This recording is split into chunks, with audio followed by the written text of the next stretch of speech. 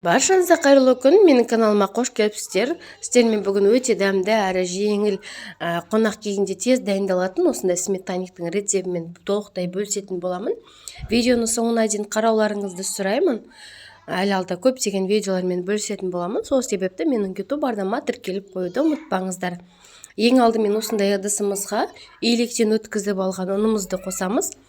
Міндетті түрде илектен өтуі керек, сонда ұн таза болады.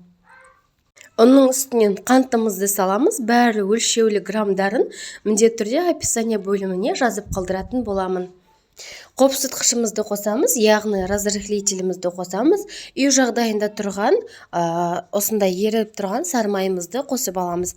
Оны жақсылап, онымен жақсылап илеп аламыз. Қолымызбен дәл осылай аунатып илеп аламыз. Крошка болғанша илейміз. Бір дана жұмыртқамызды салып, өте дәмді әрі нәп-нәзік болып шығатын жұп-жұмсақ қамыр илейміз.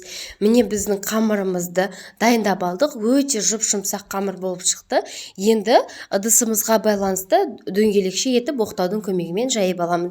Сіздерде әртүрлі форма болса, соған қаратып жай берсеңіздер болады. Мысалға 4 бұрышты сопақша тәрізді болса, жай берсеңіз болады. Мен дәл осылай дөмалақша етіп, ыдысқа байланысты етіп жақсылап жайып орналастырып шықтым. Енді салмасын дайындаймыз. Салмасына 400 граммның 15% қаймақты қостым. Үстінен 3 дана жұмыртқамызды қосып, үстінен қантымызды қосып, жақсылап бенчиктің көмегімен сұйық масса болғанша араластырып аламыз. Міне біздің сұйықтығымыз дайын болды. Дәл осындай болып шығады. Дайын болған сұйықтықты енді дайындап алған қамырымыздың үстінен құйып аламыз. Пешімізді 180 градуста қыздырып, 45-50 минуттай сметанигімізді беті қызарғанша пісіріп аламыз. Міне біздің сметаник пирогымыз дайын болды. Өте дәмді әрі жұп-жұмсақ болып шығады. Кез келген қонақтарыңызды таң қалдыруы сөзсіз. Дәл осы рецеппен жасап көрсеңіздер болады. Өте дәмді болып шығады. Сенімді рецепт. Өзім қазіргі таңда жасап жүрген рецеппен сіздермен бөлістім. Видеом сіздерге ұнаған болса, лайк басып комментарий қалдыруды ұмытпаңыздар.